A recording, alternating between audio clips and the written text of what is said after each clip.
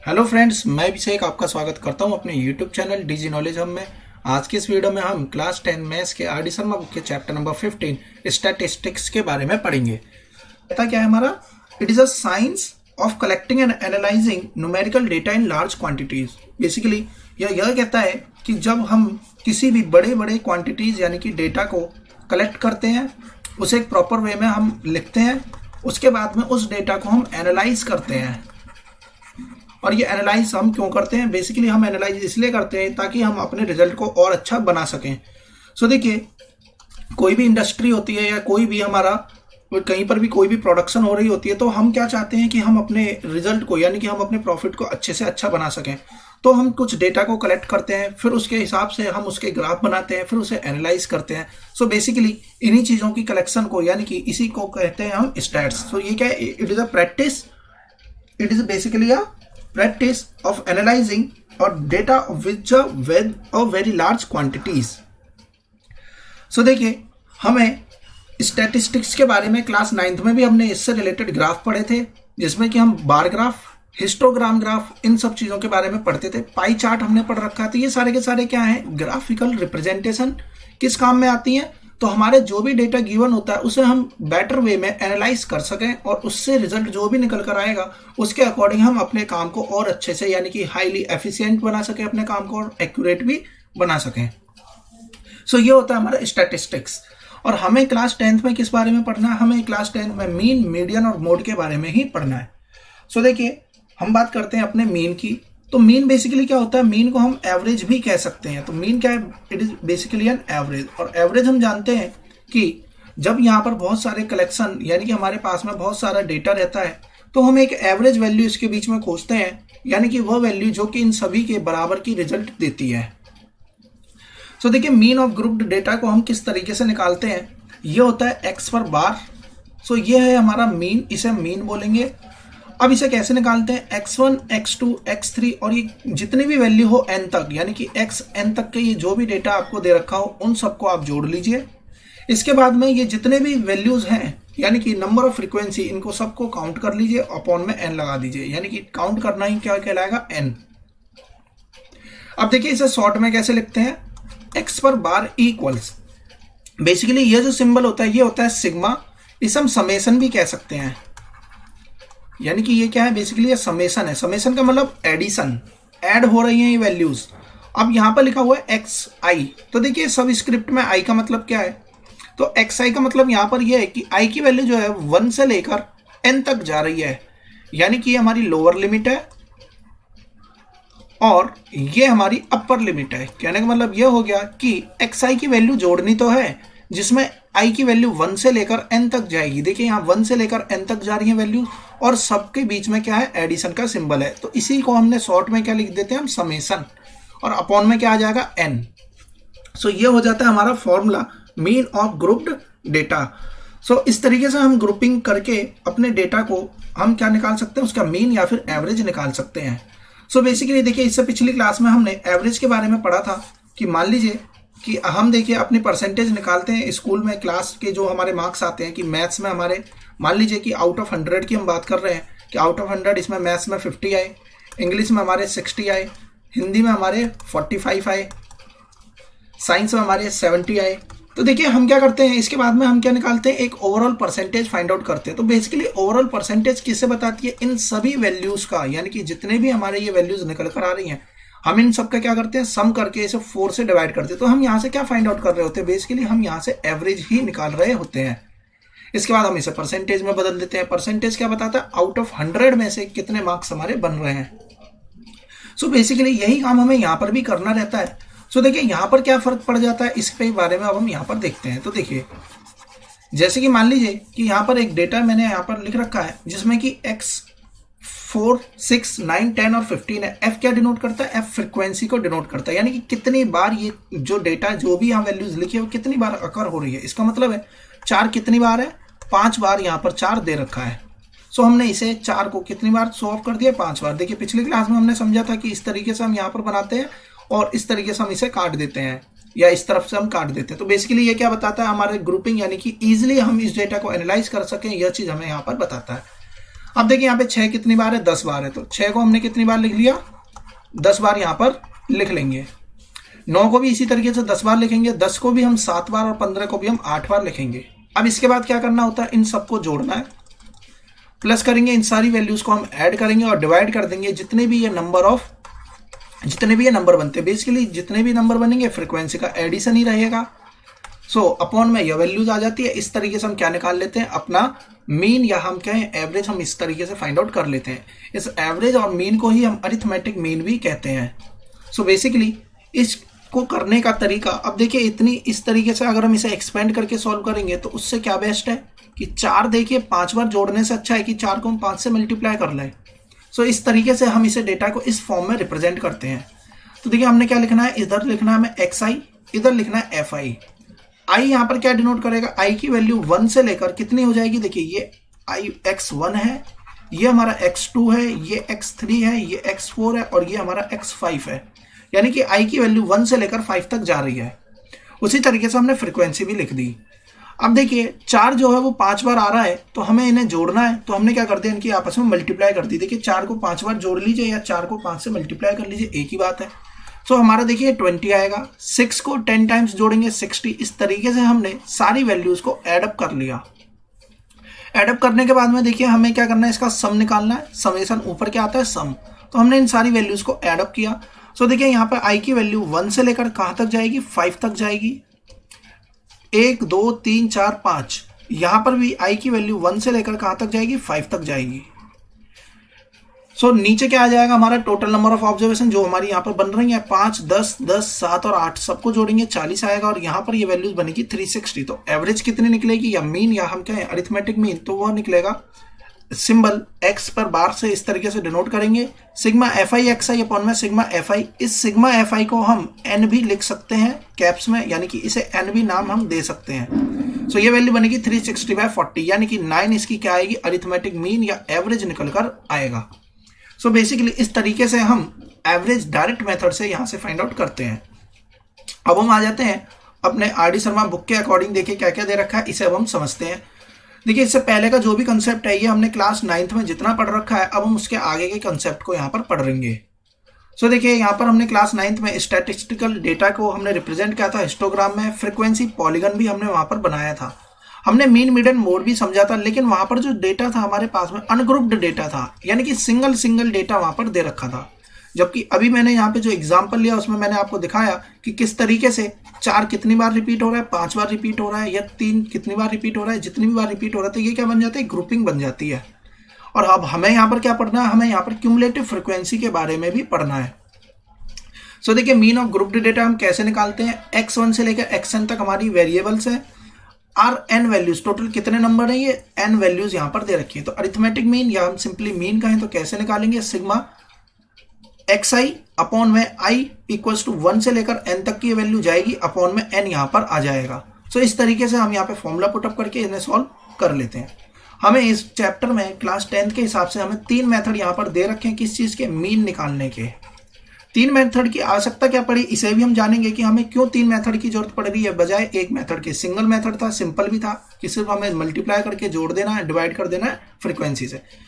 सो देखिए पहला direct method पर आते हैं, सबके एग्जांपल्स लेकर हम इसे अच्छे से समझेंगे। तो देखिए पहला एग्जांपल वही है जो मैंने यहाँ पर लिखा हुआ था, xi fi xi। तो हमें क्या करना है, सिंपली इनकी मल्टीप्लाई कर देनी है। मल्टीप्लाई करने के बाद इन सारे रिजल्ट को जोड़कर इस फ्रीक्वेंसी से, जिसे हमने n से डिनोट करा, इसे डिवाइड कर देना है। सिंपल इस तरीके से क्वेश्चन हमारा हो जाएगा।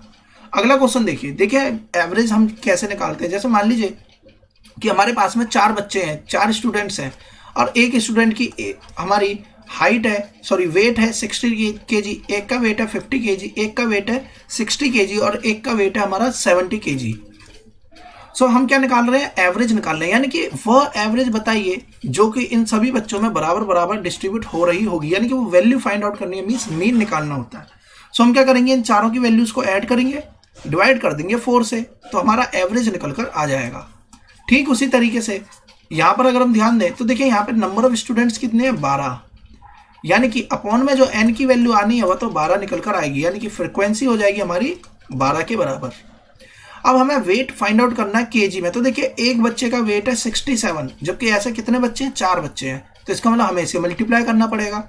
सो इस तरीके से हम xi को यहाँ पे लिखेंगे, फ्रीक्वेंसी आपस में मल्टीप्लाई करेंगे, सिग्मा fi xi अपॉन में सिग्मा fi, और इस तरीके से हम मीन का फॉर्मूला लिखते हुए अपने आंसर्स निकाल लेंगे। यानी कि एवरेज जो इन सबके बच्चों का निकल कर आएगा वो 70.25 kg वेट निकल कर आएगा।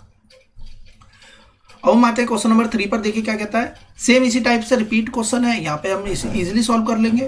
क्वेश्चन नंबर 4 अपने आप में अलग सा क्वेश्चन है। देखिए क्या अलग है इसमें, इस क्वेश्चन में मीन पहले से ही दे रखा है, कितना दे रखा है 6।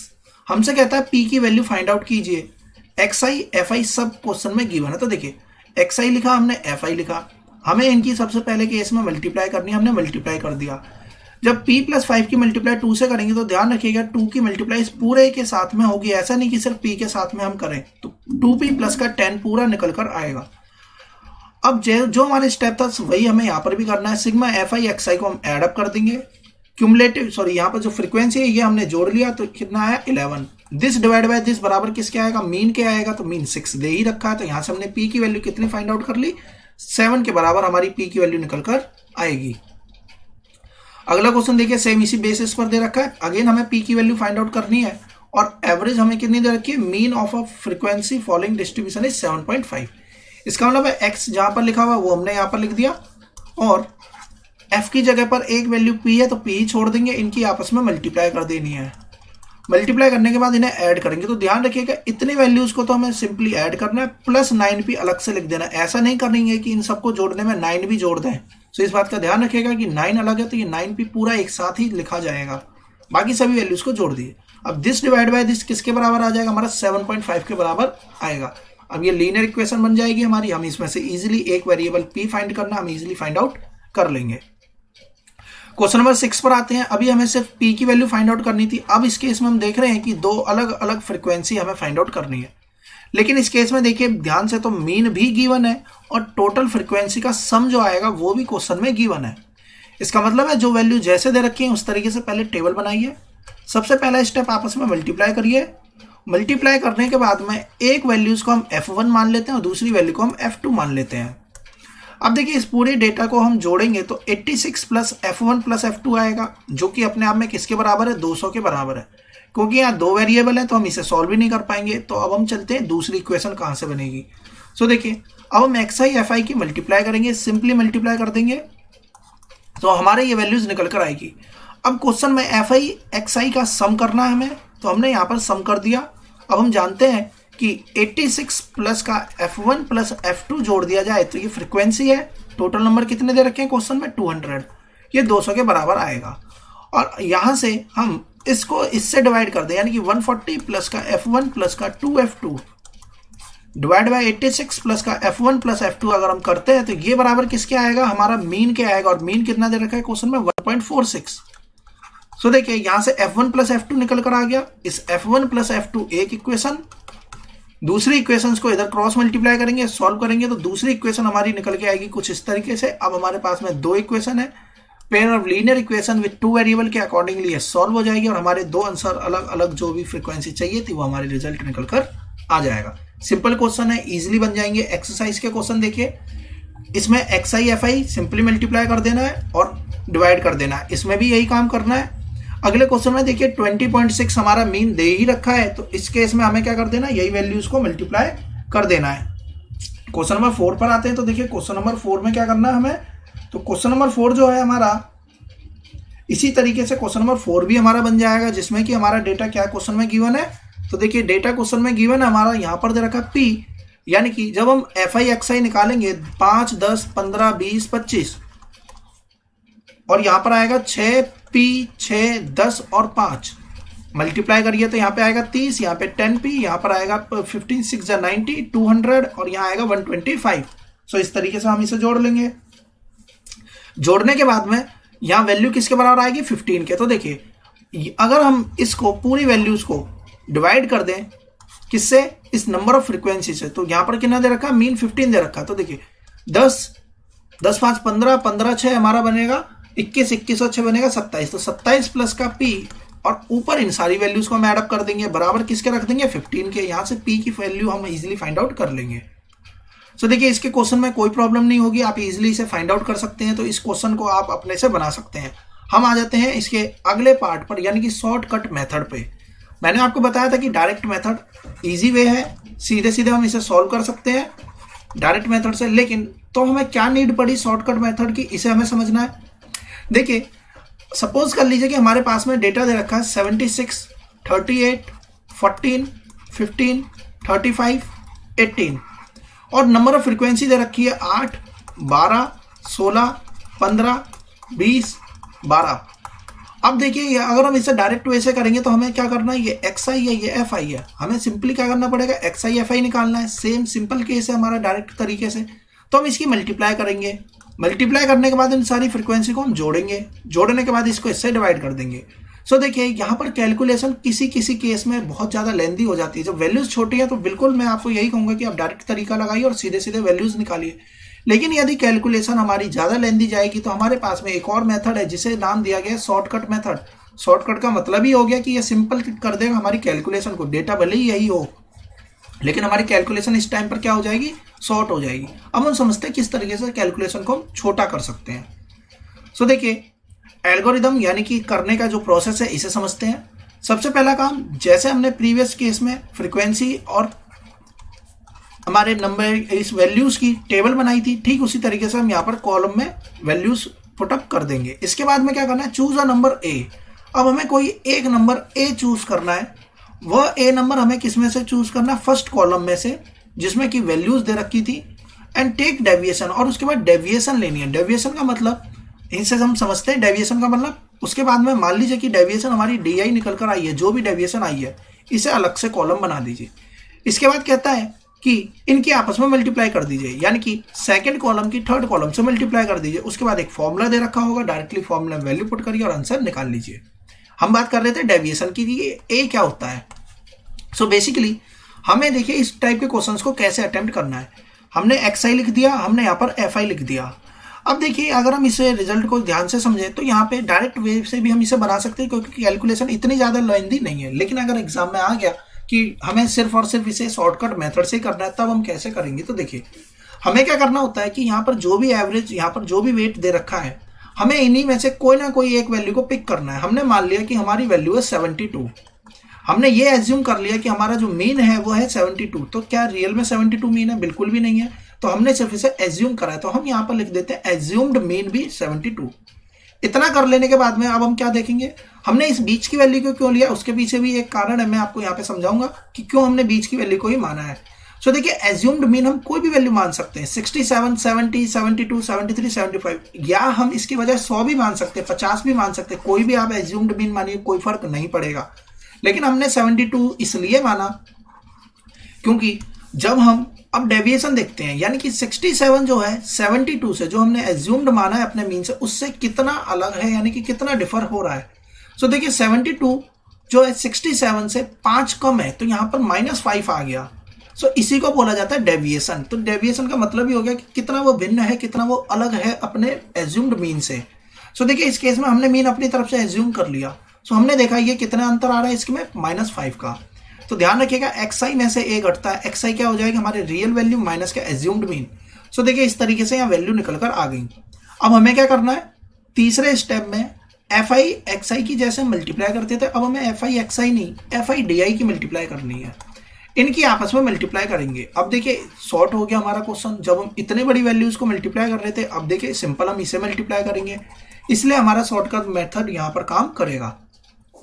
मीन्स इतनी बड़ी कैलकुलेशन को, लेंथी कैलकुलेशन को, जिसमें मल्टीप्लिकेशन करते हुए हमारी शॉर्ट हो गई। अब हमें इन्हें जोड़ लेना है। जोड़ने के बाद में हमें फ्रीक्वेंसी को जोड़ देना है। तो फ्रीक्वेंसी जोड़ने के बाद कितना आएगा, 12 के बराबर आएगा।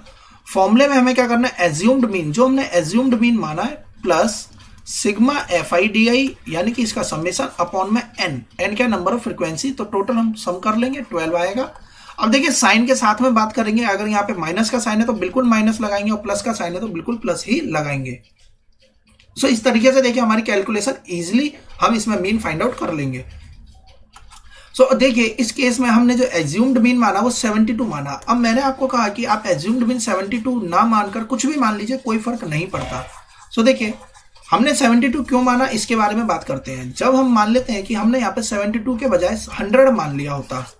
सो अगर हम इसकी वैल्यू में डिफरेंस चेक करें तो देखिए यहाँ पर जो डिफरेंस आएगा वो -33 का आएगा। अगर हम यहाँ पर डिफरेंस चेक करें तो यहाँ पे 30 का आएगा। तो हम देखेंगे कि अगेन कैलकुलेशन लेंदी हो जाएगी। सो हमें ऐसी वैल्यू एज्यूम करनी है जो कि इस गिवन वैल्यू के आसपास ही हो। देखिए जब हम इस गिवन वैल्यू को देख रहे हैं तो हमें यहाँ से ये चीज़ तो क्लियर हो रही है कि सारे नंबर लगभग 70 के करीब है। तो अगर 70 के करीब है तो इसका मतलब एवरेज जो आएगी वो लगभग 70 आएगी। तो हम अपना एज्यूम्ड मीन 70 भी मान सकते थे। अब देखिए 70 मानेंगे तो भी कोई फर्क नहीं पड़ेगा। 70 मानने से यहाँ कितना वैल्यू बन जाएगी -3। यहाँ कितनी बनेगी 70 - 7 0। यहाँ कितनी बनेगी 2। यहाँ कितनी बनेगी 3। यहाँ कितनी बनेगी 5। अब हम इसे जोड़ लेते हैं, मल्टीप्लाई कर लेते हैं। देखिए एक क्वेश्चन तो पहले ही बुक में हो रखा है जिसमें एज्यूम्ड मीन 72 है।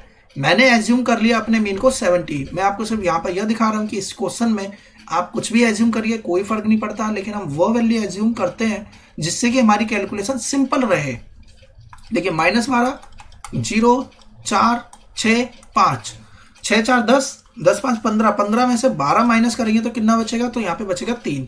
अब देखिए हमने माना 70 प्लस फॉर्मूले में 70 आएगा प्लस यहाँ पर वैल्यू सॉल्व करेंगे 3 आएगा, डिवाइड बाय कितना आएगा 12। तो ये कितना बनेगा 1/4। 1/4 कितना हो गया 0.25। अब देखिए 70.25 यही हमारा रिजल्ट निकल कर आ रहा है। सो बेसिकली आप अपने एज्यूम्ड मीन को कुछ भी मानिए, उससे कोई फर्क नहीं पड़ता है, लेकिन वैल्यू उस तरीके से मानिए कि जब हम इसे सॉल्व करें तो ये कैलकुलेशन हमारी सिंपल हो जाए। और हम कोशिश करते हैं कि बीच वाली वैल्यू को मीन माने, बीच वाली वैल्यू को ही हम एज्यूम्ड मीन माने। इसे क्यों माने एज्यूम्ड मीन, इसे हम देखते हैं अगले क्वेश्चन में। देखिए जब नेक्स्ट क्वेश्चन में आ रहे हैं तो xi दे रखा है, fi दे रखा है। अगर हम इसे डायरेक्ट कर रहे होते तो सिंपल मल्टीप्लाई करते, फ्रीक्वेंसी जो भी वैल्यू निकल कर आती वो fi xi आती, तब हम इसे सॉल्व करते और आंसर निकाल लेते। लेकिन कैलकुलेशन टू लॉन्ग हो जाएगी, इसलिए अब हम इसमें क्या करते हैं, हम शॉर्टकट मेथड अप्लाई करते हैं। देखिए हमें इसमें से एवरेज मानना है, तो हम देख रहे हैं कि 800 1000 और 900 के बीच के नंबर है, तो हमें कोई भी एज्यूम मानना है। तो देखिए क्वेश्चन में यहाँ पे 900 को एवरेज मान लिया। 900 को इसलिए मान लिया क्योंकि इसके जब हम ऊपर की वैल्यू की बात करेंगे तो माइनस में होंगी, जब हम इसके नीचे की वैल्यू की बात करेंगे तो ये प्लस में होंगी।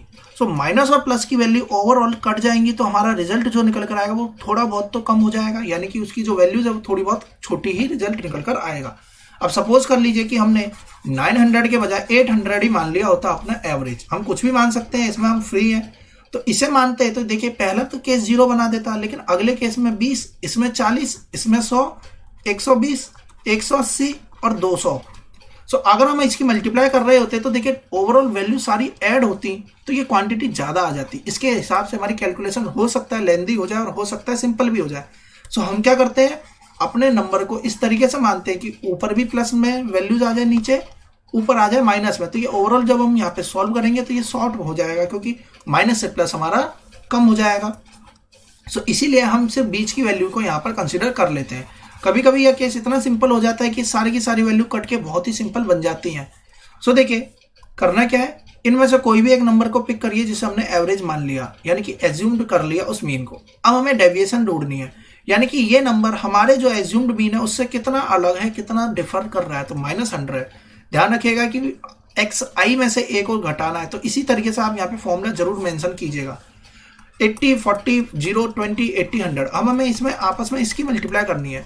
देखिए इनको मल्टीप्लाई करने से सिंपल था कि हम fi की मल्टीप्लाई di से कर लें। अगला जो कंसेप्ट समझेंगे उसमें हम और इसे सिंप्लीफाई कर पाएंगे। सो फिलहाल में हम शॉर्टकट पढ़ रहे हैं तो शॉर्टकट के अकॉर्डिंग ही काम करते हैं। तो fi di की मल्टीप्लाई कर दिया, सबको हम ऐड करेंगे तो माइनस सिंबल के साथ में काम करेंगे, तो देखिए शॉर्ट हो जाएगी हमारी कैलकुलेशन, -880 बचेगा। हमें क्या करना है, जो हमारा एज्यूम्ड मीन था जो कि हमने 900 माना था, इसमें हम इस वैल्यू को प्लस करेंगे। भले ही साइन माइनस है तो यहाँ पे माइनस की वजह से माइनस हो जाएगा, लेकिन हम साइन क्या लगाएंगे, यहाँ पर प्लस का ही लगाएंगे। अब ये वैल्यू अगर प्लस में होती तो प्लस करते, माइनस में तो माइनस ही रहने दीजिए। तो अब हम इसे वैल्यू फाइंड आउट कर लेंगे। तो हमारा जो एवरेज मीन है वह 900 नहीं था, रियल में कितना था, 892.2 के करीब था। सो इस तरीके से हम शॉर्टकट मेथड के तरीके से हम अपनी कैलकुलेशन को इजी कर सकते हैं और अपने मीन को फाइंड आउट कर सकते हैं। एज्यूम्ड जो हमने करना था मीन, वो हम कुछ भी कर सकते हैं। मैंने आपको समझा दिया है किस तरीके से कोई भी वैल्यू लेंगे तो उसमें कोई फर्क नहीं पड़ेगा। जैसे यहाँ पे 900 ली गई है, आप चाहें तो 850 लेकर भी इसे सॉल्व कर सकते हैं। आप एक बार इसे करके देखिएगा, वैल्यूज में कोई फर्क नहीं आएगा। हो सकता है कैलकुलेशन थोड़ी बहुत इधर उधर हो जाए, लेकिन ओवरऑल जो रिजल्ट निकल कर आएगा वो हमारा सेम ही निकल कर आएगा। अब हम आते हैं थर्ड मेथड पर, जो है स्टेप डेविएशन मेथड। सो देखिए, स्टेप डेविएशन मेथड यह कहता है कि जब हम क्रॉस शॉर्टकट मेथड यहाँ पे अप्लाई कर रहे हैं, सो हम डेविएशन देखते हैं। सो डेविएशन वाले कॉलम में हमें एक चीज नजर आती है कि जो भी नंबर डेविएशन वाले कॉलम में दे रखा है वो किसी कॉमन नंबर से डिविजिबल हो रहा होता है। अगर ऐसा कोई केस आ जाए तो हम इस कैलकुलेशन को और ज्यादा सिंप्लीफाई कर सकते हैं। कहने का मतलब ये, अगर हम ऊपर वाले क्वेश्चन में ध्यान से देखें, सो देखिए अगर हमें यहीं पर क्या लगाना पड़ जाए, स्टेप डेविएशन मेथड, तो देखिए नाम में क्या लिखा आ रहा है, स्टेप डेविएशन, यानी कि डेविएशन को भी स्टेप वाइज हमें कर देना है। ये हमारी डेविएशन कॉलम है। ध्यान से देखने पर यह नजर आ रहा है कि सारे के सारे नंबर ऐसे हैं जो कि 20 से डिविजिबल हैं। सो इसी को बोला गया है कि जिस नंबर से डिविजिबल है, एक कॉलम और बना दिया गया जिसे नाम दिया गया यूआई। यूआई कब निकलता है, जब हम डी आई को किससे डिवाइड कर देते हैं, एक उस नंबर से जो कि हमारा कॉमन है, जिसे नाम दे दिया हमने एच। तो इसे हमने किससे डिवाइड कर दिया, एच से। सो सबसे डिवाइड करेंगे, यहाँ कितना आएगा, देखिए -100 से डिवाइड कर देंगे 20 को, तो -5, -4, -2, 0, 1, 4 और 5। अब क्या करना है, हमें एफ आई डी आई की मल्टीप्लाई करते थे शॉर्टकट में, अब हमें एफ आई और यू आई की मल्टीप्लाई करना है। तो देखिए इतनी बड़ी कैलकुलेशन से बेस्ट है कि हम 7 को -5 से मल्टीप्लाई करके एक स्टेप और आगे बढ़ जाएंगे। तो जितनी देर में हम इसे प्लस माइनस करेंगे उससे ज़्यादा ईजी है कि हम इसे स्टेप डेविएशन से बना दें। सो देखिए किस तरीके से सॉल्व करते हैं स्टेप डेविएशन में। देखिए ध्यान से, क्वेश्चन सेम इसी तरीके से आएगा। यदि क्वेश्चन में मेंशन्ड है कि मीन निकालना है, कोई एक फॉलोइंग मेथड क्वेश्चन में दे रखा है, तो आप उसी से निकालिए। अब यहाँ कोई मेथड नहीं है तो हम इसे एफ आई एक्स आई से भी निकाल सकते हैं। वो आपके ऊपर है कि आप कितनी इजीली तरीके से कैलकुलेशन कर पाते हैं। हमने क्या करना है, इसे स्टेप डेविएशन से करना है। तो स्टेप डेविएशन के लिए पहले शॉर्टकट वाला स्टेप तक हमें पहुंचना है। सो हमने इसमें से कोई एक नंबर को एज्यूम करना है। तो देखिए हमने क्या एज्यूम कर लिया, 900 को ही एज्यूम कर लिया अपना मीन। तो 900 के हिसाब से डेविएशन निकाल ली। अब हम डेविएशन में ध्यान से देखें तो हमें नजर आ रहा है कि सारे के सारे नंबर 20 से डिविजिबल हैं, तो हमने इसे नाम दिया h। तो इस पूरी कैलकुलेशन को हमने किससे डिवाइड कर दिया, 20 से। अब अगला स्टेप कहता है कि एफ आई की मल्टीप्लाई अब यू आई से करिए। सो देखिए पहले हम एफ आई की एक्स आई से कर रहे थे पहले स्टेप में, डायरेक्ट मेथड में। दूसरे मेथड में एफ आई और डी आई की मल्टीप्लाई कर रहे थे। जबकि तीसरे स्टेप में हम अगर देखें स्टेप डेविएशन में, तो हम एफ आई और यू आई की मल्टीप्लाई कर रहे होंगे। सो बेसिकली हम इन तीनों के केसेस में अगर मल्टीप्लिकेशन देखें तो हमें यह नजर आ रहा है कि सबसे सिंपल मल्टीप्लिकेशन एफ आई और यू आई की हो रही है। 7 × 5 35, 14 × 4 56। तो इस तरीके से हम मल्टीप्लाई करेंगे साइन के साथ में। देखिए अगर हम एफ आई डी आई की वैल्यू को फाइंड आउट कर रहे होते तो भी हमें एडिशन करना था, और यहाँ पर भी हमें एडिशन ही करना है, लेकिन यहाँ पर एडिशन थोड़ा सा सिंपल हो गया हमारा। तो इसे हम ऐड करेंगे, यहाँ पे फ्रीक्वेंसी लिखेंगे, फॉर्मूले में एक छोटा सा चेंज आएगा, बाकी कोई वैल्यू में चेंज नहीं। Sigma F I D I यहाँ पर होता था, अपॉन में एन लिखते थे। हमें इसमें भी यही काम करना है, बस शर्त यहाँ पर यह है कि यहाँ पर आ जाएगा एफ आई यू आई, क्योंकि हम आ गए स्टेप डेविएशन में। एन यहाँ पर रहेगा, लेकिन जो एक वैल्यू जो अलग से कॉलम में आई थी जो कि एच थी, यानी कि इस एच से हम इसे मल्टीप्लाई और कर देंगे, यानी कि इसे सिंपली मल्टीप्लाई कर देना एच से। बाकी फॉर्मूला बिल्कुल सेम है, बस ध्यान रखिएगा कि यहाँ पे डी आई की जगह अब क्या आ गया, यू आई आ गया है। सो देखिए ए क्या था, एज्यूम्ड मीन, जो कि हमारा 900 था, प्लस एच क्या है, यानी कि जो कॉमन फैक्टर इसमें हमें नजर आ रहा था वह कितना था, 20। अब देखिए कॉमन फैक्टर 10 भी लेंगे तो भी कोई फर्क नहीं पड़ेगा, लेकिन अगर हम इसे 10 से डिवाइड करते तो यहाँ पे आ जाता -10, यहाँ पे आ जाता -8। तो अगेन कैलकुलेशन इस वाले फॉर्मूले से, यानी इस कॉलम से इस कॉलम की मल्टीप्लाई करते तो ज्यादा इजी था हमारा -5। तो हम ज्यादा से ज्यादा फैक्टर देखते हैं कि मैक्सिमम कितना नंबर यहाँ से कॉमन निकल कर आ रहा है, उसी से डिवाइड करते हैं। करने के लिए हम इसे 5 से भी डिवाइड कर सकते थे, लेकिन 5 से डिवाइड करते तो कैलकुलेशन तो फिर भी लॉन्ग हो जाती कंपेयर टू दिस कैलकुलेशन। सो इसलिए हमने यहाँ पर 20 को ही एज्यूम कर लिया है। सो इस तरीके से हमने फॉर्मूले में वैल्यू पुट कर दी। F I U I, summation F I U I हमने -44 देखा, तो ध्यान रखिएगा साइन के साथ में काम करना है, तो साइन हम यहाँ पर जरूर लगाएंगे माइनस। अपॉन में एन क्या है, नंबर ऑफ फ्रीक्वेंसी जो कि 100 है, डिवाइड करेंगे, आंसर आ जाएगा। नेक्स्ट क्वेश्चन देखिए, एफ आई एक्स आई की मल्टीप्लाई करनी है। सिंपल तरीके से करते तो एफ आई एक्स आई लिखते थे और अपॉन में इसका सम निकाल के डिवाइड कर देते हम इसकी फ्रीक्वेंसी से। लेकिन हमने क्या करना है, इसे स्टेप डेविएशन से करना है, तो पहले हम डेविएशन निकालते हैं। तो देखिए इसमें से कोई भी एक नंबर को एज्यूम कर लीजिए। हमने इसमें एज्यूम करा बीच का नंबर। देखिए बीच का नंबर एज्यूम करने से फायदा क्या हो गया, अगर हम इसमें शॉर्टकट मेथड भी लगा रहे होते, सो देखिए एफ आई डी आई में ये -20 है, ये +20 है, ये तो हट जाता। -15 है +15 ये भी हट जाता, -10 है +10 है ये भी हट जाता, -5 और +5 ये भी हट जाता। तो रिजल्ट जोड़ने पर क्या वैल्यू निकल कर आती? सिर्फ और सिर्फ 25 निकल कर आती। सो कहने का मतलब यह हो गया कि ये क्वेश्चन FIDI से भी इजीली सॉल्व हो जाता, क्योंकि हमें इसमें जोड़ने की आवश्यकता नहीं होती। बस हमें यहाँ पर क्या देखना था, पहले हम क्या करते हैं, इसकी पहले मल्टीप्लाई करते हैं। तो बेसिकली यहाँ पर FIDI की पहले मल्टीप्लाई करके कॉलम बनाएंगे, तब जाकर हम इसे एडिशन करेंगे। तो देखिए इस तरीके से हमारी कैलकुलेशन ज़्यादा इजी हो जाती है, इसीलिए हम बीच के नंबर को एज्यूम करते हैं। अब हम आगे आते हैं, हमें इसे किससे करना है? स्टेप डेविएशन से। तो देखिए सबसे पहला काम हमने डेविएशन फाइंड आउट करी, जिसमें कि xi माइनस का a एज्यूम्ड मीन है, तो हम इसमें से कोई भी नंबर एज्यूम कर सकते हैं, इससे कोई फर्क नहीं पड़ेगा। अगला अगर हम इस केस में ध्यान दें तो सारे के सारे नंबर वह हैं जो कि 5 से डिविजिबल हो रहे हैं। तो हमने अपने h की वैल्यू को मान लिया 5, तो ui निकल कर आ गया, एक कॉलम लिखेंगे ui का। अब FIUI की मल्टीप्लाई करेंगे, तो देखिए इन दोनों की मल्टीप्लाई करना और FIDI की मल्टीप्लाई करना और FIUI की मल्टीप्लाई करना, सबसे इजी क्या है? FIUI की मल्टीप्लाई, क्योंकि कैलकुलेशन यहाँ पर थोड़ी सी सिंपल है।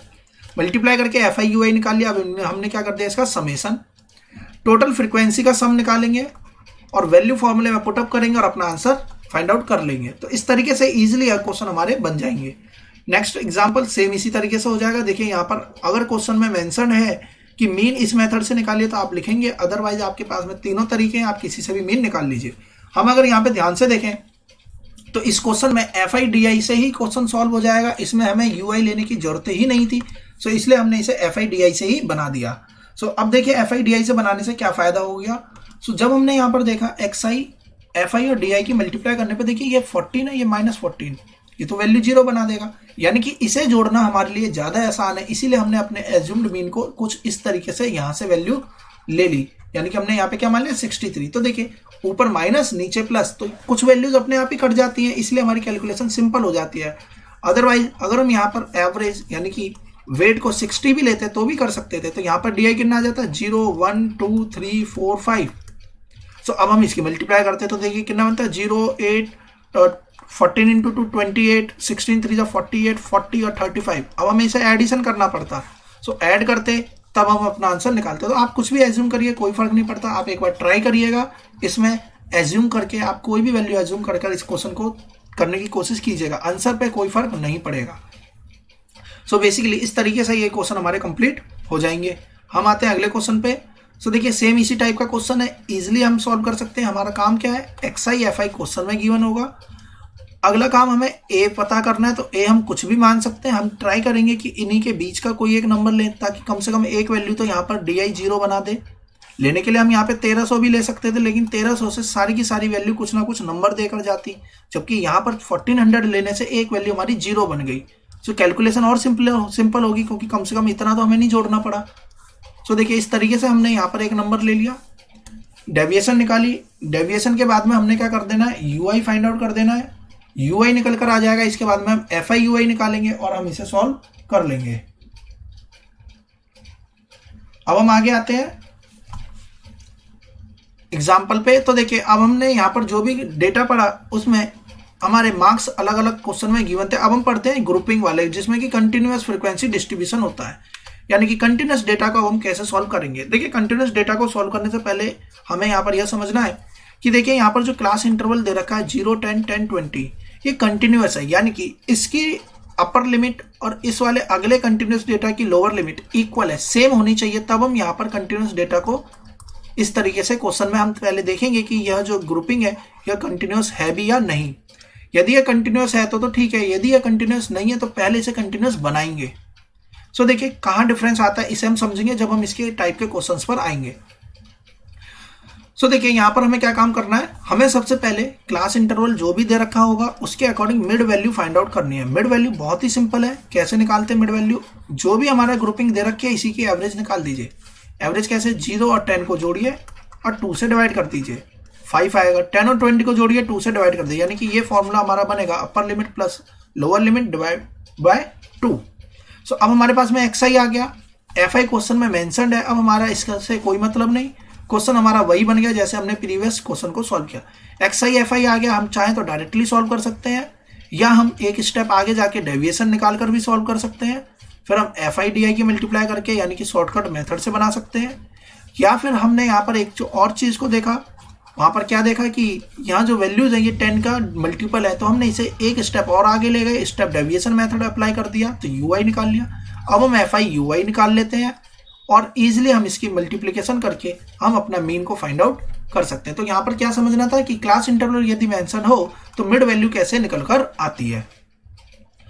अब देखिए नेक्स्ट क्वेश्चन, यहाँ पर भी डेटा कंटिन्यूअस है तो हमें क्या काम करना है, पहले इससे मिड वैल्यू फाइंड आउट करनी है जो कि हमारी xi वाला कॉलम बनेगा। इसके बाद का कंसेप्ट में कोई चेंजेस नहीं, सब हमारा सिंपल है, उसी तरीके से होगा। अब हम बात करते हैं इसमें यदि ये डेटा कंटिन्यूअस नहीं होता है तब क्या करते हैं। तो देखिए मान लेते हैं यहाँ 9 लिखा है, यहाँ 10 लिखा है, यहाँ 19 लिखा है, यहाँ पर 20 लिखा है और यहाँ पर 29 लिखा है, यहाँ पर 30 लिखा है और यहाँ पर 39 लिखा है।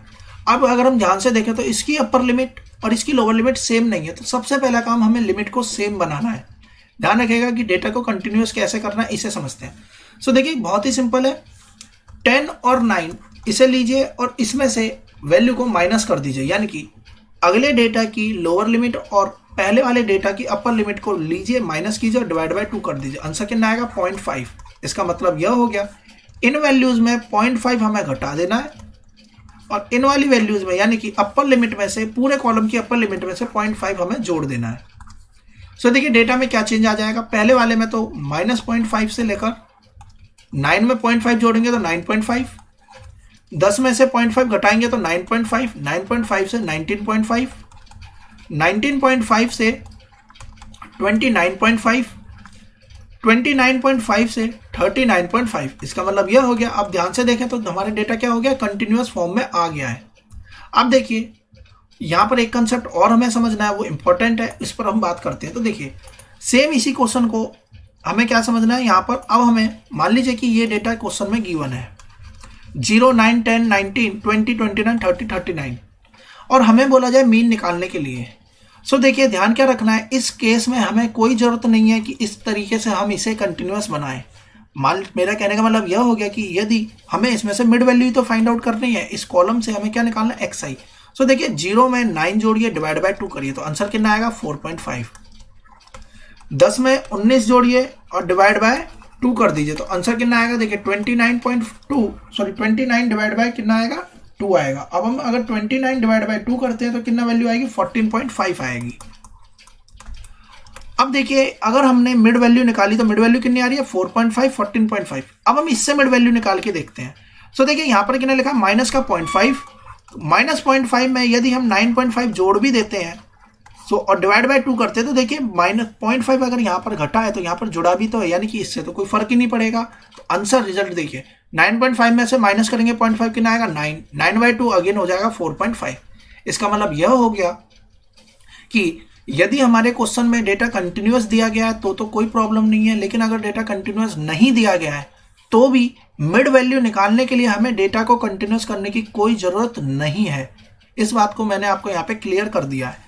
तो ध्यान रखिएगा कि डेटा को कंटिन्यूअस बनाने की जरूरत मीन निकालने के लिए नहीं होती है, हम डायरेक्टली भी इसे सॉल्व कर सकते हैं, जैसे कि अब हम इसमें अगले क्वेश्चन में देखेंगे। देखिए यहाँ तो क्वेश्चन सिंपल है, एक्सपेंडिचर दे रखा है 100-150 के बीच में। तो देखिए हम क्या करेंगे, पहले इसका एवरेज निकालेंगे। डेटा कंटिन्यूअस है तो हम 100 + 150 यानी कि 250 डिवाइड बाय 2 125। xi आ गया, fi आ गया। अब हमें इनमें से कोई एक नंबर एज्यूम करना है तो हमने इसे अपना एज्यूम्ड मीन मान लिया। अब हम क्या निकालेंगे, डेविएशन, कितना यह डेविएट हो रहा है। सॉल्व करेंगे, यहाँ माइनस में वैल्यू आएगी, यहाँ प्लस में आएगी। अब हमने देखा कि सारी की सारी वैल्यूज वह है जो कि 50 से डिवाइड हो रही है, तो हमने एक और आगे टेबल को बढ़ाया और h की वैल्यू फाइंड आउट कर ली। अब अगला स्टेप क्या है, fi की मल्टीप्लाई ui से कर देना। fi ui करने के बाद इसे जोड़ेंगे, फॉर्मूले में वैल्यू पुट करेंगे और अपना आंसर निकाल लेंगे। अगले क्वेश्चन पे आते हैं। अब देखिए क्वेश्चन नंबर 4 में अगर हम ध्यान से देखें तो यहाँ पर डेटा कंटिन्यूअस नहीं है, लेकिन यहाँ डेटा कंटिन्यूअस नहीं है तो भी हम देख रहे हैं कि इस क्वेश्चन में ध्यान से समझने की बात यह है कि हमने डेटा को कंटिन्यूअस बनाया भी नहीं है। बिना डेटा को कंटिन्यूअस बनाए भी हम मिड वैल्यू निकाल सकते हैं, क्योंकि या तो आप डेटा को कंटिन्यूअस बनाइए या ना बनाइए, कोई फर्क नहीं पड़ता। कहने का मतलब ये, अगर हम 300 में 399 जोड़ के 2 से डिवाइड कर दें, 2 से डिवाइड कर दें, और अगर हम इसे डेटा को कंटिन्यूअस बना रहे होते तो मैंने आपको क्या बताया कंटिन्यूअस कैसे बनाया जाता है, आपको पता होना चाहिए किस तरह की कंटिन्यूअस बनता है। इन दोनों वैल्यूज को माइनस करिए तो कितना आएगा 1, डिवाइड कर दीजिए 2 से तो वैल्यू कितनी आएगी 0.5। इसका मतलब है कि पहले वाले इस तरफ के कॉलम में 0.5 हमें घटाना है और इस वाले कॉलम में 0.5 हमें जोड़ देना है। सो अगर हम इनके पॉइंटों को जोड़ते हैं तो देखिए 300 में 0.5 घटाएंगे तो इसमें 0.5 हम माइनस करेंगे, और 399 में 0.5 जोड़ेंगे तो इसका मतलब इसमें 0.5 और जुड़ेगा, तब जाकर 2 से डिवाइड करेंगे तब इसकी मिड वैल्यू निकलेगी। तो देखिए ये वैल्यू तो फिर भी कट जाएगी, इससे तो कोई फर्क ही नहीं पड़ा। इसीलिए हम मीन निकालने के केस में डेटा को कंटिन्यूअस नहीं बनाते हैं। तो इस बात का आप ध्यान रखिएगा कि बेकार में टाइम वेस्ट नहीं करिएगा। मीन का क्वेश्चन आया एग्जाम में और डेटा कंटिन्यूअस नहीं है तो इसे कंटिन्यूअस बनाइएगा भी नहीं, सेम ही रिजल्ट निकल कर आता है।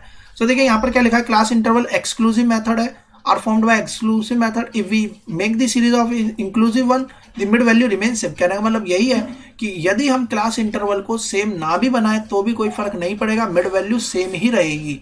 तो इतना हम यहाँ पर लिख देंगे, इसलिए यहाँ पर कहा गया कि इंक्लूसिव फॉर्म में बदलने की कोई आवश्यकता नहीं है।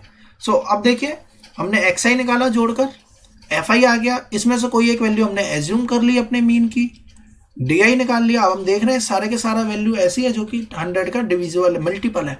हमने ui के बाद में u भी फाइंड आउट कर लिया h से। अब हम सिंपल fi की मल्टीप्लाई ui से करेंगे, सॉल्व करेंगे, अपना आंसर फाइंड आउट कर लेंगे। इजी तरीके से क्वेश्चन हो जाएंगे, इनमें किसी टाइप की प्रॉब्लम नहीं होगी।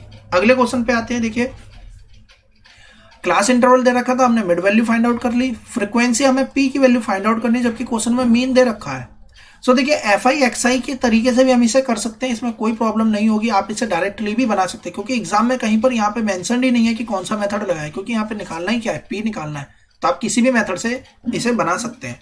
हमने क्या कर देना है, अब इसमें से एक वैल्यू को, मिड वैल्यू को यहाँ से एक वैल्यू एज्यूम कर लेनी। हमने इसे मान लिया अपना एज्यूम्ड मीन। डेविएशन निकालेंगे, डेविएशन के बाद में सारे के सारे नंबर 20 से डिविजिबल हो रहे हैं तो हमने इसे 20 से डिविजिबल कर दिया, यही 20 हमारा h का काम करेगा। ui निकल गया, fi ui फाइंड आउट कर लिया। fi ui फाइंड आउट करने के बाद में हमने fi ui की फॉर्मूले के हिसाब से वैल्यू पुटअप कर दी और बराबर किसके रख दिया, जो क्वेश्चन में मीन दे रखा 54 के बराबर रख दिया अपने फॉर्मूले के अकॉर्डिंग और सॉल्व कर लेंगे, हमारा आंसर निकल कर आ जाएगा। अगला क्वेश्चन देखिए, डेटा कंटिन्यूअस है तो यहाँ पर हमने मिड वैल्यू निकाली, मिड वैल्यू के बाद में fi निकाला, fi के बाद में से इसमें से किसी एक वैल्यू को हमने एज्यूम कर लिया। इसके बाद हमने डेविएशन निकाला, डेविएशन के बाद में इसे 3 से डिवाइड करके ui निकाल लिया, यानी कि स्टेप डेविएशन कर लिया। अब fi ui की मल्टीप्लाई करके इसका समेशन ले लिया और यहाँ पर फ्रीक्वेंसी का समेशन ले लिया। ये बेसिकली इसकी टेबल के नीचे लगा दीजिएगा आप, यहाँ पे xi के नीचे नहीं, हम इसके नीचे लिखेंगे। सो यहाँ पर हमने इसका समेशन कर लिया। अब दोनों को डिवाइड करेंगे और a प्लस का h इसके साथ में एक्स्ट्रा हम यहाँ पर एडअप कर देंगे। वैल्यू में हमें यहाँ पर मीन क्वेश्चन में पहले से ही मेंशन्ड है 47.2, इसके बराबर रखेंगे और यहाँ से फ्रीक्वेंसी फाइंड आउट कर लेंगे। अब हम आते हैं अगले क्वेश्चन पे। देखिए f1 और f2 यहाँ पे फाइंड आउट करना है, सेम यही प्रोसेस रखिए, कोई चेंजेस नहीं होगा, सिंपल तरीके से हमारा क्वेश्चन बन जाएगा। देखिए क्लास इंटरवल दे रखा है हमारा, सो क्लास इंटरवल से हम क्या करेंगे, सो क्लास इंटरवल से हमारा काम क्या करना है, यहाँ से मिड वैल्यू निकालेंगे। तो मिड वैल्यू निकल के आ गई। अब मिड वैल्यू निकलने के बाद में हम क्या निकालेंगे, इसमें से डेविएशन निकालेंगे। तो यहाँ से सबसे पहले हम डी भी फाइंड आउट करेंगे। तो डी देखिए किस तरीके से फाइंड आउट करेंगे। हमने मान लिया अपने स्टेप डेविएशन को 50 मान लिया, यहाँ से किसको 50 मान लिया हमने, a को। तो ये वैल्यू कितनी आएगी, -40, ये कितनी आएगी, -20, ये आएगी हमारी 0, यहाँ आएगी 20, यहाँ आएगी 40। डी निकल गया, डी यानी कि xi माइनस का a, तो यहाँ पे लिख देते हैं xi माइनस का a। अब अगले स्टेप में हम क्या करेंगे, h हम देख रहे हैं कि 20 से डिविजिबल है तो h को मान लिया 20, तो -40/20, -2, -1, 0, 1 और 2। तो ध्यान रखिएगा इसमें एक स्टेप मिसिंग था, यानी कि ये वाली कॉलम आप इसमें एडअप कर लीजिएगा। अब हम fi को किससे मल्टीप्लाई करेंगे, ui से। ui से मल्टीप्लाई करने के दौरान हमने देखा कि यहाँ f1 और f2 नजर आएगा, इसे इसी तरीके से लिख दीजिए, कोई फर्क नहीं पड़ता इससे, और यहाँ पर इसे भी लिख दीजिए। तो देखिए अगर 2 इक्वेशन वाली क्वेश्चन आएगा तो हमें सिर्फ मीन वैल्यू गिवन नहीं, इसके अलावा हमें फ्रीक्वेंसी भी गिवन होगी। जैसा कि हमने एक और क्वेश्चन अभी देखा था जिसमें हम f1 और f2 निकाल रहे थे, वहां पर भी फ्रीक्वेंसी 200 गिवन थी। तो 2 इक्वेशन है तो 2 ही वैल्यूज क्वेश्चन में जरूर मेंशन होंगी, जबकि मीन कितना है 50। तो देखिए दोनों इक्वेशंस की वैल्यू के अकॉर्डिंग हमारे पास में 2 इक्वेशन आएगी, साइमल्टेनियसली हम सॉल्व करेंगे और अपना रिजल्ट निकाल लेंगे। अब हम आते हैं क्वेश्चन नंबर 8 पर। इंपॉर्टेंट क्वेश्चन है क्वेश्चन नंबर 8 और क्वेश्चन नंबर 9, ध्यान से समझिएगा क्योंकि ये हमारे एबो वैल्यू और बिलो वैल्यू वाले क्वेश्चंस हैं। इसके लिए हमें एक टर्म समझनी होगी, क्यूमुलेटिव फ्रीक्वेंसी। देखिए मैं आपको यहाँ पर टेबल बनाकर इस चीज को समझाता हूँ और इजीली आप इसे बना सकते हैं और किस तरीके से वैल्यू निकालेंगे उसे भी फाइंड आउट कर सकते हैं। देखिए पहले हम यहाँ पे 0 से लेके 100 तक की मार्किंग कर लेते हैं, 30, 40, 50, 60, 70, 80, 90 एंड 100। अब देखिए हमारा क्वेश्चन क्या कहता है कि मीन मार्क्स बताइए स्टूडेंट्स ये, जिसमें कि इस केस में क्यूमुलेटिव फ्रीक्वेंसी क्वेश्चन में गिवन है। यहाँ पे नंबर ऑफ स्टूडेंट्स दे रखे हैं और यहाँ पे मार्क्स दे रखे हैं। तो ध्यान रखिएगा 0 एंड अबव का मतलब क्या होता है कि बच्चों के मार्क्स 0 से लेकर कितने भी हों। अब देखिए ये मार्क्स आउट ऑफ 100 है तो हमने इसे 100 से ऊपर कर दिया। 100 एंड अबव हमें नहीं पता कितने भी हो सकते हैं, तो हम यहाँ पर 100 ही मान के चलते हैं। सो देखिए यहाँ पर लिखा है 0 से ज्यादा नंबर वाले 80 बच्चे। इसका मतलब 0 से ज्यादा वाले का मतलब तो 0 से कितने भी हो सकते हैं ज्यादा। तो यानी कि हमने मान लिया कि अगर हमारा पूरा का पूरा ये 150 नंबर का पेपर था या 200, 500, 1000 कितने भी नंबर का पेपर था, 0 से यहां तक की टोटल वैल्यू कितनी, 80 बच्चे हैं। अब अगले पर आते हैं, 10 से ज्यादा वाले कितने बच्चे, 77। यानी कि 10 से ज्यादा वाले कितने बच्चे हैं, 77। और 0 से ज्यादा वाले कितने हैं, 80 बच्चे हैं। इसका मतलब यह हो गया कि 0 से 10 के बीच में कितने बच्चे हुए, 0 से ज्यादा वाले 80 और 10 से ज्यादा वाले 77। तो 0 से 10 के बीच वाले कितने बच्चे होंगे, सिर्फ और सिर्फ 3 बच्चे होंगे। इसका मतलब हमारा एक डेटा निकल कर आया, 0 से 10 वाले जो स्टूडेंट्स हैं उनकी फ्रीक्वेंसी कितनी हो जाएगी, 3। XI हम इसमें से मिड वैल्यू फाइंड आउट करेंगे, FI हम यहाँ पर बनाएंगे। तो ध्यान रखिएगा ये क्यूमुलेटिव फ्रीक्वेंसी दे रखे, ना कि फ्रीक्वेंसी, इस बात का हम ध्यान रखेंगे। अब अगले पर आते हैं, 10 से ज्यादा बच्चे कितने हैं, 77। तो 20 से ज्यादा वाले बच्चे कितने हैं, तो देखिए 20 से ज्यादा वाले बच्चे तो यहां से यहां तक के बच्चे कितने हैं, 72। यदि यहां से यहां तक के बच्चे 72 है और 10 से ज्यादा वाले बच्चे 77 और 20 से ज्यादा वाले 72, तो 10 और 20 के बीच में बच्चे कितने बचेंगे, सिर्फ और सिर्फ 5। इसका मतलब है कि हमने पहले वाले केस में इसकी माइनस करा, इसमें से इसे माइनस करा, 80 में से 77 को, सेकंड केस में 77 में से 72 को माइनस करा, तब हमारे बच्चे यहाँ पे स्टूडेंट कितने निकल कर आए, 5। यानी कि 10 से 20 वाले बच्चे होंगे 5। तीसरा केस देखते हैं, फिर बाकी सारी वैल्यूज हम एज इट इज लिख देंगे। देखिए 20 से ज्यादा वाले कितने बच्चे हैं, 72। जबकि 30 से ज्यादा नंबर वाले कितने बच्चे हैं, 65। यानी कि यहां से यहां तक के बच्चे कितने हैं, 65। और जबकि 20 से यहां तक के कितने, 72। यानी कि 20 और 30 के बीच में कितने बच्चे को इंक्रीमेंट हुआ है, तो यहाँ पर 7 स्टूडेंट्स और इसमें एडअप होंगे। तो यानी कि 20 से 30 के बीच में कितने बच्चे आएंगे, 7 स्टूडेंट्स और आएंगे। अब हम मिड वैल्यू कैसे निकालेंगे, इन दोनों का जोड़ करके 2 से डिवाइड। तो यहाँ 5 आएगा, यहाँ 15 आएगा, यहाँ 25 आएगा। हमारे पास में XI FI अगर हमारे निकल कर आ गए, इसके बाद तो हमारा क्वेश्चन वही बन जाता है जैसे कि प्रीवियस क्वेश्चन। सो देखिए 3, 5, 7 इसी तरीके से हम माइनस करते हुए चलेंगे। और माइनस करने के बाद में देखिए अगला डेटा कितना निकल कर आएगा, अगला डेटा हमारा निकल कर आएगा 3 हो गया, यहाँ 5 हो गया, यहाँ 7 हो गया। अब यहाँ पर आएगा 10, 10 के बाद में यहाँ पर कितना आएगा, यहाँ आएगा 12, 12 के बाद में हम अगले बार में आएंगे। तो इसी तरीके से हमारा नंबर बढ़ते हुए जाएंगे। अब अगर हम ध्यान से देखें तो 0 से ज्यादा वाले कितने बच्चे हैं, 80 बच्चे हैं। तो इसका मतलब ये होगा कि टोटल स्टूडेंट्स हमारे अगर जोड़ दिए जाएं तो टोटल स्टूडेंट्स हमारे 80 ही निकल कर आएंगे। 80 इसलिए क्योंकि 0 से ज्यादा वाले का मतलब ही हो गया कि 0 से ज्यादा वाले सारे के सारे बच्चे 0 से ज्यादा नंबर वाले हैं, तो टोटल स्टूडेंट्स 80 ही होंगे। तो फ्रीक्वेंसी तो 80 निकल कर आएगी, तब हमारा क्वेश्चन अभी तक का सही माना जाएगा। अब हमारे पास में मिड वैल्यू है, हमारे पास में फ्रीक्वेंसी है, हम यहाँ से डेविएशन निकालेंगे। डेविएशन निकालने के बाद में हम यहाँ से U निकालेंगे, U के बाद में FI UI, और तब जाकर अपने इस क्वेश्चन को सॉल्व कर पाएंगे। इजी क्वेश्चन है, लेकिन एग्जाम में क्यूमुलेटिव फ्रीक्वेंसी अगर दे रखी होगी तो पहले हमें इससे टेबल बनाना आना चाहिए। तो देखिए टेबल बनाने में अगर आपको प्रॉब्लम लगती है तो आप इस तरीके से अपने यहाँ पर लाइन ड्रॉ कर सकते हैं और उसके बेसिस पर इस क्वेश्चन को आप कर सकते हैं। अब हम आते हैं बिलो वाले क्वेश्चन पे। देखिए बिलो वाला क्वेश्चन भी सेम इसी तरीके से, बस हमें इसमें पैटर्न ढूंढना है कि किस तरीके से हम वैल्यू फाइंड आउट करेंगे। देखिए क्वेश्चन सेम इसी तरीके से, मार्क्स निकालने स्टूडेंट्स के, जिसमें कि वह कहता है कि 100 से कम वाले कितने बच्चे, 85, 90 से कम नंबर वाले कितने बच्चे, 83। तो अगेन हम इसी तरीके से टेबल बना लेते हैं। सो देखिए हमने यहाँ पर टेबल बना ली। हम मान लेते हैं कि 50 तक के हम पूरे लिख लेते हैं, 0, 10, 20, 30, 40, 50, 60, 70, 80, 90 और 100 हो गया। देखिए कहता है 10 से कम नंबर वाले 5 बच्चे हैं। इसका मतलब है, देखिए मैं 10 से कम वाले बच्चों को यहाँ पे मेंशन करता हूँ। 10 से कम वाले कितने बच्चे हैं, 5 बच्चे हैं। अगले में कहता है 20 से कम वाले, तो देखिए 20 से कम वाले बच्चे तो ये 10 वाले भी इंक्लूड होंगे, तो 20 से कम वाले बच्चे कितने हैं, 9। इसका मतलब यहाँ से यहाँ तक की वैल्यू कितनी है, 9। जबकि 10 से 0 वाले बच्चे कितने थे, 5। इसका मतलब ये हो गया कि 20 और 10 के बीच में कितने बच्चे रहे होंगे, सिर्फ और सिर्फ 4 ही बच्चे रहे होंगे। अब आगे देखते हैं 30 से कम वाले बच्चे कितने, 17। यानी कि यहां से यहां तक कितने हैं, 17। जबकि 20 से यहाँ तक यहाँ कितने बच्चे थे 9। इसका मतलब है कि 20 और 30 के बीच में कितने बच्चे होंगे 8 स्टूडेंट्स 20 और 30 के बीच में होंगे। इसका मतलब ये हो गया कि हमें इसमें से इस वैल्यू को यहाँ से सब्ट्रैक्ट करना है, तब हमारा रिजल्ट निकल कर आएगा। और टोटल स्टूडेंट्स की अगर हम बात करें तो टोटल इसमें केस में फ्रीक्वेंसी कितनी आनी चाहिए। देखिए 100 से कम नंबर वाले टोटल बच्चे कितने 85। इसका मतलब है कि टोटल फ्रीक्वेंसी 85 ही आनी चाहिए। सो देखिए मार्क्स तो इस तरीके से बन जाएंगे, मिड वैल्यू हम निकाल लेंगे, फ्रीक्वेंसी कैसे निकालेंगे ये मैंने आपको यहाँ पे समझा दिया। पहले केस में 5, दूसरे में 4, तीसरे में 8, 17 में से 9 माइनस करेंगे 8 निकल कर आएगा। अगले केस में 40 से कम वालों को देख लीजिए, 40 से कम वाले कितने 29 बच्चे हैं, जबकि 30 से कम वाले कितने हैं 17 बच्चे हैं। तो बच कितने गए 8 बच्चे इस केस में बच गए, सॉरी इस केस में कितने बचेंगे 12 बच्चे बचेंगे, तो हम 12 यहाँ पर लिख देंगे। सो फ्रीक्वेंसी इस तरीके से हम फाइंड आउट करेंगे। आप इस तरीके से टेबल इस तरीके से आप इसे ड्रॉ करके अपनी वैल्यूज को फाइंड आउट कर सकते हैं। प्रैक्टिस हो जाएगी, इसके बाद में आपको इसकी जरूरत नहीं रहेगी, आप अपने आप से भी इसे कर सकते हैं। सो अब हमारे पास में फ्रीक्वेंसी आ गई, मिड वैल्यू आ गई, हम यहाँ पर डेविएशन निकालेंगे, यूआई निकालेंगे, एफआई यूआई के तरीके से फॉर्मूला लगाकर अपने क्वेश्चन को सॉल्व कर लेंगे। सो इस तरीके से हमारे मीन वाला टॉपिक पूरा कंप्लीट हो जाता है।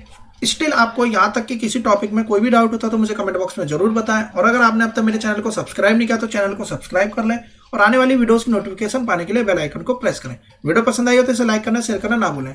Thanks for watching my video. Have a nice day.